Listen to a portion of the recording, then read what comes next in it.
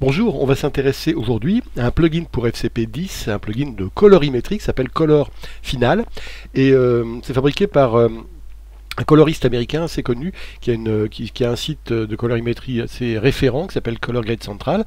C'est lui qui a fait le premier plugin qui permet d'importer des luttes dans Final Cut Pro 10. J'en parlais dans le tuto que je vous mets ici en référence avec un petit lien.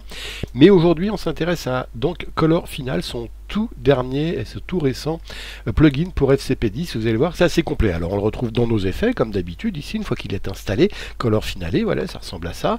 Et on va par exemple l'appliquer à ce plan. Alors ce plan, c'est un plan d'un jet d'eau. C'est tourné en 1280 par 720.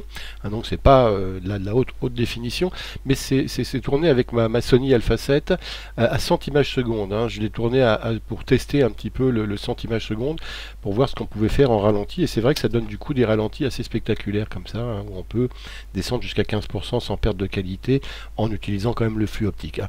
Donc voilà. Mais alors c'est aussi, j'ai utilisé le profile picture numéro 7, c'est-à-dire que c'est tourné dans une image assez délavée comme ça, parce que c'est tourné dans un gamma qui est le S-Log2 de Sony, et donc ça demande effectivement une correction colorimétrique pour donner tout son potentiel, notamment en termes de contraste. Alors c'est parfait, on va lui appliquer Color Final pour voir ce que ça donne. Donc on met Color Final sur ce clip. Et puis on va ici dans l'onglet vidéo et regardez il n'y a pas beaucoup de contrôles hein, en fin de compte. Il y a un bouton pour ouvrir les contrôles de couleur finale et après il y a un bouton de mix général pour appliquer l'effet plus ou moins entre 0 et 100%. Donc on clique sur Open et regardez, on a un panneau ici et c'est là que c'est intéressant.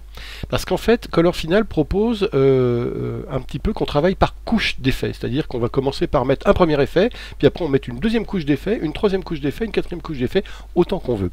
Et dans ces couches d'effets, on a 4 outils à disposition. Le premier ici, ce sont les outils qu'on appelle télécinés, hein, qui correspondent à des roues, mais qui ne sont pas les roues de couleur comme on avait dans Final Cut 7 ou comme on a l'espace colorimétrique de correction. Vous allez voir que c'est plus subtil que ça. Il y a ici un outil de courbe, ici, un outil de lutte, ici, et un outil tout à fait nouveau qui est le vector grading, qui permet de corriger à partir des couleurs primaires et des couleurs secondaires. On verra ça. Hein. Donc là, par exemple, mon image, il me faut un lutte pour corriger le S-Log2 et pour le remettre dans l'espace colorimétrique normal. Donc je vais commencer par appliquer un lutte, donc j'appuie sur ça ici, et puis alors vous voyez que j'ai une première couche qui apparaît, et que toutes ces couches, hein, on peut soit les jeter si on n'en veut plus, hein, ou les remettre ici, donc ma lutte, et ensuite on pourra les doser individuellement de 0 à 100%. Donc j'ai ma famille de luttes ici, moi j'ai besoin d'aller chercher un lutte qui s'appelle S-Log2, celui-là par exemple, normalement il devrait bien le faire. Et je fais Apply ici. Boum. Et regardez tout de suite, c'est quand même autre chose. Hein. Regardez avant et après. Et ici, je vais le renommer. On peut le renommer hein, pour dire que j'ai fait ça. Et donc, je vais l'appeler Sony S-Log2. Donc, voilà, pour vous dire qu'on peut renommer les couches. Hein. Et maintenant, je vais mettre une deuxième couche qui va être une couche. Je vais tout de suite essayer de régler mes gammas. Donc, je vais ici, hop, mettre mes color wheels, mes outils télécinés. Et je vais tout de suite, alors ici, on touche au lift. Hein, donc, c'est pour, on va mettre nos outils... on peut regarder également la courbe de colorimétrie comme ça ici, donc on va voir les deux en même temps. Je vais commencer par mon gamma ici, donc je vais monter un petit peu, peut-être même plutôt descendre un poil comme ça. Le lift pour coller ici, regardez, je vais l'utiliser pour coller ici ma luminosité vers le 0 dans les noirs, donc j'utilise le lift ici, hop, comme ça. Et le gain pour monter un peu mes hautes lumières comme ça. Voilà. Et après je rejoue avec mon gamma dans une deuxième fois pour essayer de trouver le meilleur des réglages. Là je trouve qu'on est pas mal. On a cette côté un peu les fleurs et les feuilles ici un peu éclairées par le soleil, la couche d'ombre derrière et à nouveau cet arbre, le sol pleureur qui est clair. Donc ça donne une bonne composition. Pour le moment je suis assez content. Je peux aussi toucher en colorimétrie. Hein. Alors par exemple ici dans les gammas, je peux par exemple si je veux enlever un peu de côté vert jaune ici, je vais par exemple bouger un peu. Voilà. J'enlève un petit peu de vert jaune, je bouge vers l'inverse, c'est-à-dire vers le rouge, l'inverse de la jonction jaune-vert ici. Et vous voyez que j'ai une image tout de suite qui est un peu, il faut y aller avec précaution, mais j'ai ramené un peu de rouge, notamment dans les zones un peu ombrées ici. Je peux essayer de faire la même chose avec le lift. Non, ici c'est moins bon, hein. C'était mieux. C'était mieux, donc je reviens à 0 ici en faisant ça, mais du coup, il faut que je redescende ici, voilà, comme ça. Là, je préfère avoir ce contraste avec ce cette zone dans les ombrés un peu rougeâtres, enfin je vais amener un peu de rouge, et ici par contre on reste bien dans les jaunes. Et dans les gains on peut essayer, non mais ça suffit pour le moment, on va voir qu'on peut prendre d'autres outils. Donc vous voyez ici l'avant-après, regardez, hein, hop, j'enlève tout. Mon S-Log il me permet de ça, hein. Le premier c'est le LUT, hein, qui me permet de corriger le S-Log 2. Hop, regardez, ça m'apporte vraiment du contraste. Et là, dans un deuxième temps, j'ai fait une coloration colorimétrique ici qui me consiste à apporter un peu de rouge dans les zones sombres, hein, ici. Et maintenant, je vais utiliser les courbes. Et pour les courbes, je vais encore accentuer, je veux encore accentuer ici le contraste, hein. Donc je vais venir ici tirer notamment sur mon master curve, ça veut dire c'est la courbe mètre qui joue sur toutes les couleurs à la fois, qui joue sur le contraste en noir et blanc. Et donc vous voyez ici que j'accentue encore l'effet de soleil sur et d'ombre derrière, hein, voilà, hein, regardez le avant-après, avant-après, j'ai accentué ça. Et puis je vais m'amuser aussi peut-être dans les rouges ici, je vais essayer quelque chose, en enlever un tout petit peu comme ça dans les hautes lumières, maintenant ici, voilà comme ça. Regardez ce que ça donne encore une fois l'avant-après, après, ouais, je suis assez satisfait. Donc après mes courbes, je vais encore... Les effets s'additionnent, hein, c'est-à-dire que le premier effet c'est celui du bas, et hop, après j'applique celui-là, et après celui-là. Et maintenant je vais utiliser enfin le 6 vecteurs. Regardez les 6 vecteurs, j'ai par exemple mon jaune ici des feuilles, je vais essayer de le renforcer un peu, lui redonner un peu de saturation par exemple, comme ça, en poussant la saturation dans les jaunes, en poussant également la lumière pour donner un effet vraiment pousser le soleil dessus, et jouer également avec le hue pour donner une coloration fleur d'automne. Alors regardez si je pousse, hop, dans le jaune orange, regardez tout de suite ça change tout, on change de saison presque, on est plus dans une lumière du matin à l'automne comme ça, hein, et ça change pas mal de choses. Et sur les rouges aussi je voudrais essayer de les retravailler un petit peu, quoique non c'était pas mal, donc je me contente de ça. Et vous voyez qu'à chaque fois pour chacun des paramètres on peut jouer l'opacité de 0 à 100, hein. Ici par exemple je vais peut-être pas aller jusqu'à 100, je trouve qu'à 85 c'est pas mal. Mes courbes, si je viens sur mes courbes, 0 c'est ça, 100 c'est ça, oui on va les laisser à 100. Courbe de couleur, les color wheels, 0 c'était ça, et ouais, on n'est pas loin, et le S-Log 2 on va le laisser à 100. Voilà, donc j'ai à peu près fait le tour, et ici maintenant je peux doser l'effet final. Je vous souviens, on part de ça au départ, hein, et on va vers ça. Alors peut-être que c'est un poil fort, toute cette application d'effet, donc je vais me contenter d'un 90% comme ça. Et regardez l'effet au total, avant, après, voilà ce que Color Final a apporté à mon image. Alors je ferme ici Color Final, je vais sur un autre shot, alors j'ai soit celui-là, soit le suivant qui est un avion, peut-être bien l'avion qui se pose. Alors ce qui est bien là, c'est que ce sont ces deux-là, regardez, ce sont des films, pour le coup j'ai tourné avec le Shogun, alors là je suis en 4K.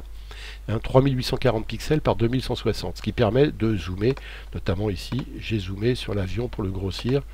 On va regarder la vidéo. Non, je suis à 170%, vous voyez. J'ai vraiment poussé le zoom et ça ne se voit pas vraiment. Là, on reste encore dans une zone de pixels compatible avec le 1080i. Donc voilà, on va peut-être prendre l'avion et essayer de voir... Non, on va plutôt le faire sur ce plan d'autoroute ici, comme ça, qui n'est pas zoomé. Donc on va lui appliquer également Color Final. Et Color Final, ici... Hein, on va ouvrir ici, hop, de la même manière. Donc vous voyez qu'à nouveau l'interface est là mais qu'elle est vide cette fois. On n'a pas de LUT à lui appliquer, hein, pour le moment, à moins que je veuille lui appliquer à la fin un LUT pour donner une colorimétrie un peu look blockbuster.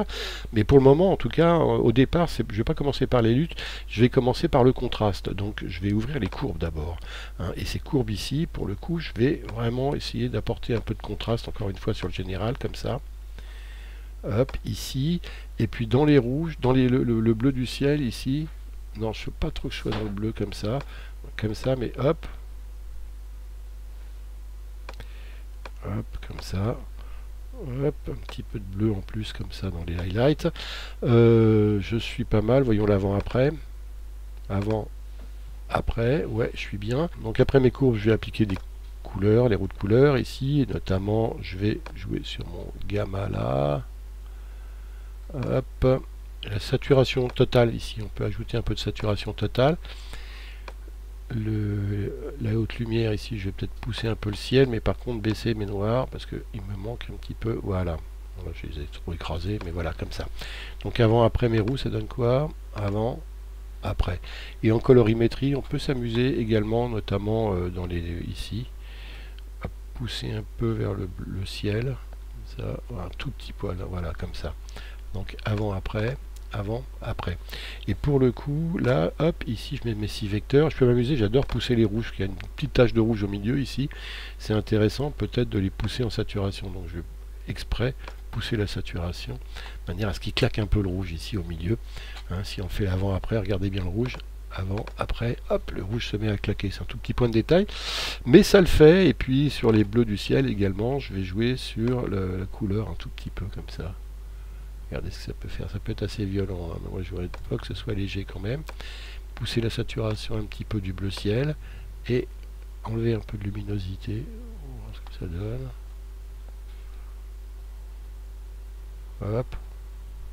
Et enlever un peu de luminosité comme ça pour refaire sortir le bleu du ciel. Hein, c'est un parti pris, hein, mais c'est pas mal. C'est une image un peu froide, mais c'est un matin de novembre, donc c'est normal, c'est un peu froid. Et on a le rouge qui claque quand même ici. Pour finir, je peux me dire, tiens, si je lui appliquais un lutte de Blockbuster, alors je vais dans mes luttes par exemple, vous allez voir, j'ai du Bleach Bypass Cold. Est-ce que ça donnerait quoi le Bleach Bypass Cold? On essaie de l'appliquer. Waouh, c'est pas mal, hein, c'est un genre. On peut essayer autre chose. On peut essayer un look Battlefield. Là, c'est terrain de bataille. Alors, c'est le look de guerre. On va voir ce que ça donne. Ah, c'est pas mal. C'est un peu plus dans les verts qu'il y a quelque chose. Si vous avez vous-même des luttes en cube, vous pouvez les ajouter. Hein, ici, j'en ai déjà ajouté plein. Hein, ceux qui étaient proposés par Color Final. Comment?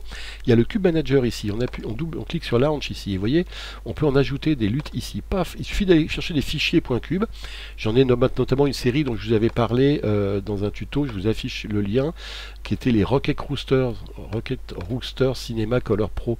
Hein, et là, j'en ai plein qu'il faut que j'importe. D'ailleurs, je n'ai pas importé, mais il faudrait que je les prenne toutes comme ça. Crusher, par exemple. Et puis après, je refais encore plus. Et puis en fait, il faudrait tous que je les importe. Crusher 2, je vais en importer 3 ici pour qu'on voit.